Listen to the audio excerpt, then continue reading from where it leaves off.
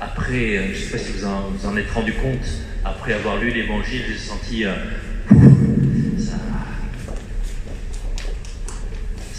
on s'assoit. Quelque chose de un peu fort quand même dans cet Évangile-là. Hein. Il n'y a que les chrétiens pour chanter Alléluia après un tel discours.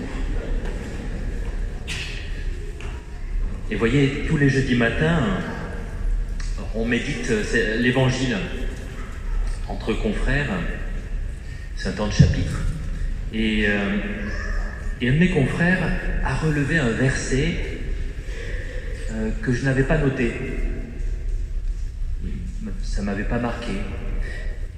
C'est Jésus lève les yeux sur ses disciples.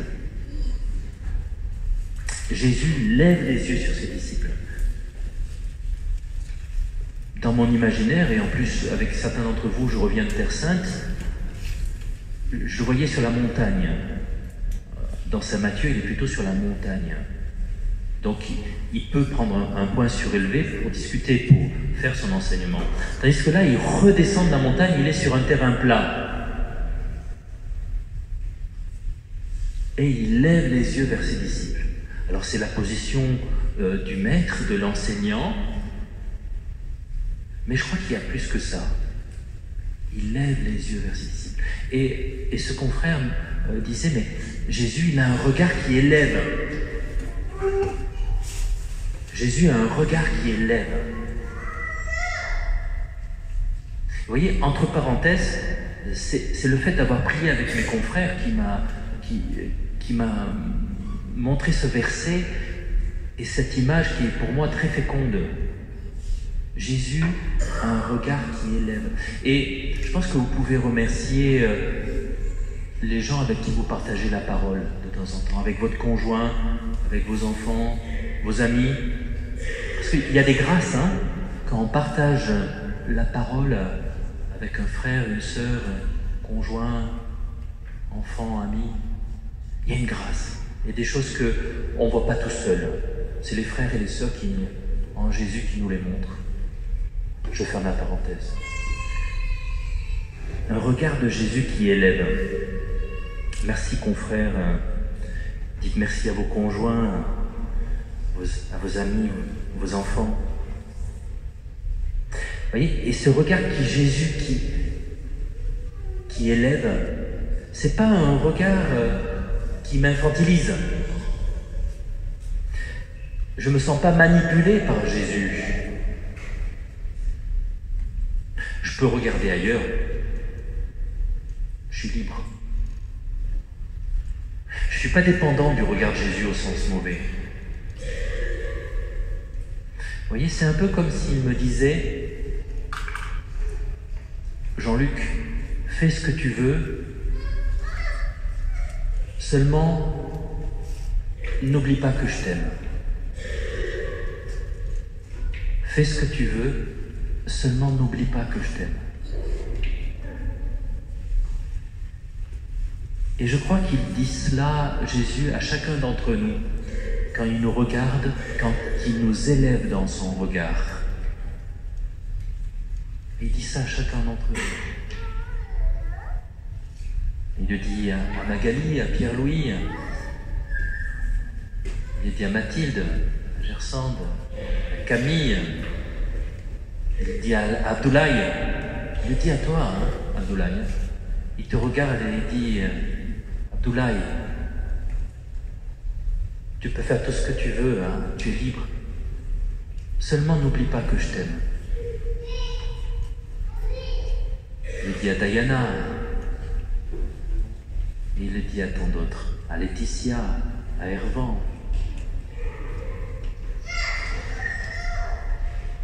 Il vous regarde, il me regarde. Nathalie, qui d'autre? Charles, tant d'autres. Noémie, Hubert, tant d'autres. Nous tous. Il nous dit, mais tu es libre. Tu es libre.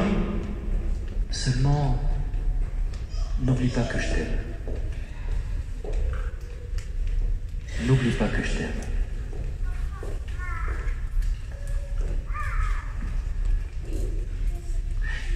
Et ce regard qui élève, ce regard de Jésus qui élève, c'est un socle pour bâtir. C'est un socle pour bâtir. Et pour moi, il éclaire la première lecture. Peut-être qu'on n'était pas trop concentré. On n'est jamais concentré pour la première lecture, c'est vrai. Mais quand même. Vous voyez, dans la première lecture, il y a ces fameuses deux voix. La voix de la bénédiction et la voix de la malédiction. Mais est-ce que Dieu, d'après vous, peut nous maudire? Non! Non, il ne nous maudit pas, Dieu, il ne peut pas. Parce qu'il passe son temps à nous bénir et à vouloir nous sauver. Mais il y a quand même ces deux voies. En fait, Dieu il nous donne ce sens-là de la bonne voie et de la pente glissante. Autrement dit, il nous dit, mais fais gaffe ici, si tu continues, ça va faire mal. Il nous donne les vraies et les fausses sécurités, le sens de ces vraies et fausses sécurités. C'est ça, les deux voies. Hein. Il nous donne de sentir les bonnes et les mauvaises alliances. En fait, le vrai malheur, c'est de se détourner du regard de Dieu. Ça, c'est le vrai malheur. Ça, c'est le vrai malheur, se détourner du regard de Dieu.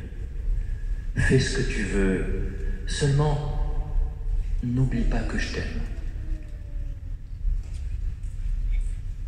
Ça, c'est un socle pour bâtir.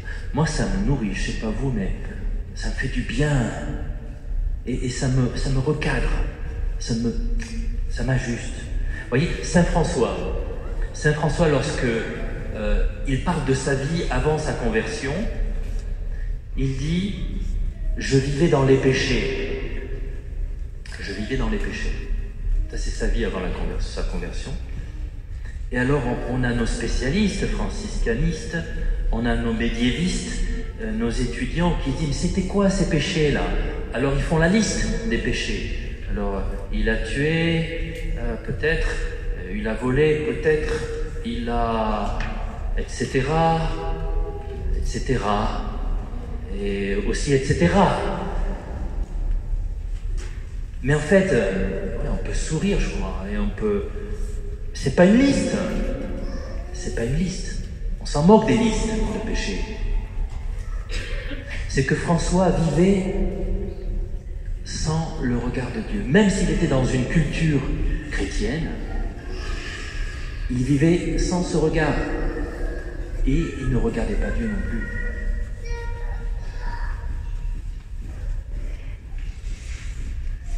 Et François,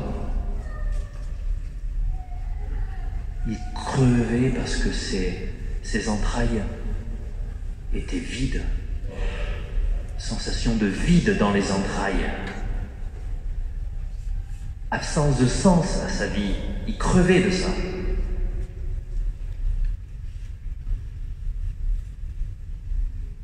Le regard de Jésus qui m'élève, un socle pour bâtir. Oui, je vous parle d'entrailles parce qu'il est question d'entrailles. Jésus, par son regard, touche mes entrailles. Une question corporelle, la foi. Parfois, on dit, je pense, ok, c'est aussi, il y a des notions intellectuelles dans notre foi, ok, mais c'est avant tout une rencontre, un regard avec Jésus qui touche mes entrailles. Parce que le regard de Jésus élève, je vous l'ai dit, mais il y a aussi une promesse dans le regard de Jésus. Quel rapport entre les entrailles et la promesse? Traduisons les béatitudes, vous allez comprendre. On va les traduire avec des mots nouveaux. Un peu comme si Jésus nous avait dit « Vous qui me suivez, voilà ce que vous récolterez. La faim, la soif, la pauvreté. Vous pleurerez de découragement en essayant d'évangéliser. Vous serez persécutés, assassinés les uns après les autres. Mais levez-vous, marchez, Ashelai. car vous avez fait le bon choix. Vous avez fait le bon choix. Alors, on peut réagir de différentes façons devant ce discours. Peut-être certains vont dire, bon, viens Simone, on va changer de crémier parce qu'il délire. Ça arrive. Ou alors, dans l'évangile, c'est dit avec d'autres mots. Dans l'évangile, il est dit, un par un, les disciples partirent scandalisés. Et Jésus qui dit à ses apôtres, mais vous aussi vous voulez partir? Ou alors, on peut la faire aussi comme Saint Paul chez les Grecs, et les Grecs lui disent, c'est intéressant ce que tu dis, mais une autre fois, on t'écoutera mieux.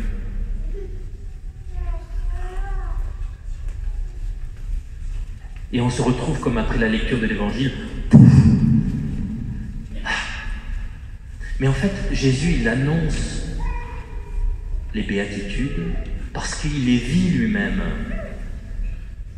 Il les vit lui-même. Il sent que les entrailles de son Père sont touchées par ce qu'il vit et que le Père va intervenir. Et que donc il va intervenir pour nous aussi. Les entrailles du Père qui vibrent, c'est la miséricorde. Voilà pourquoi il y a un lien entre le regard de Jésus, qui m'élève, qui est un socle, mais qui est une promesse. Parce que dans le regard de Jésus, il y a l'intervention du Père dont les entrailles frémissent et qui viennent toucher aussi mes entrailles pour que je vive.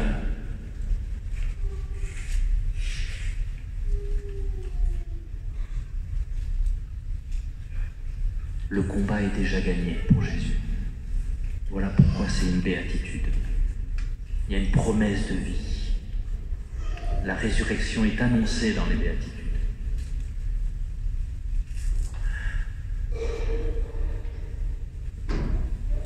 Vous êtes sortis de la foule pour me suivre.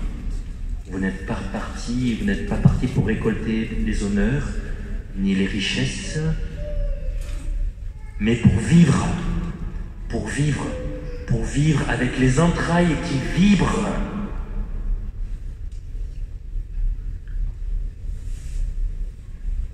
Sinon, on crève de non-sens.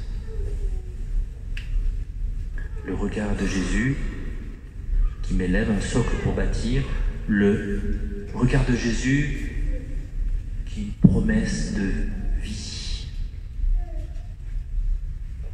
Pour accueillir ce regard de Jésus, il y a un don de l'Esprit Saint particulier, c'est le don de sagesse. Alors, le don de sagesse, ce n'est pas forcément désirer avoir un savoir érudit. Ce n'est pas forcément ce don de sagesse, avoir une grande culture, non. C'est plus proche des anaouim, c'est les incomplets, les non repus, ceux qui ont besoin du Père. Le don de sagesse, c'est l'intuition de qui est Dieu et de qui je suis dans le regard de Dieu. C'est ça la sagesse. Qui est Dieu pour moi et qui je suis pour lui. C'est ça la sagesse. Notez dans vos agendas, l'été 2020. Qu'est-ce que vous faites l'été 2020? Je vais vous dire ce que vous allez faire. On va partir en pèlerinage à Assise ensemble. Et au-dessus d'Assise, il y a un sanctuaire qu'on appelle un ermitage, qu'on appelle les carceri. des petites prisons, des petites cellules Carceri. Et saint François, il faisait régulièrement cette prière au-dessus d'Assise. C'est très beau, vous verrez. Il disait: qui es-tu, Seigneur? Et qui suis-je, moi, pour toi? Qui es-tu, Seigneur? Et qui suis-je, moi, pour toi? Et c'est la prière du sage. C'est la prière du sage. C'est pour nous donner cette sagesse que le Christ s'est incarné, pour nous donner cette sagesse, pour nous donner de connaître le Père. Christ est mort sur la croix pour nous révéler le visage du Père, l'amour du Père. La vraie sagesse, c'est de connaître combien Dieu m'aime. La vraie sagesse, c'est de connaître combien Dieu m'aime. Viens, Esprit Saint. Viens, Esprit Saint. Viens, Esprit de sagesse. Amen.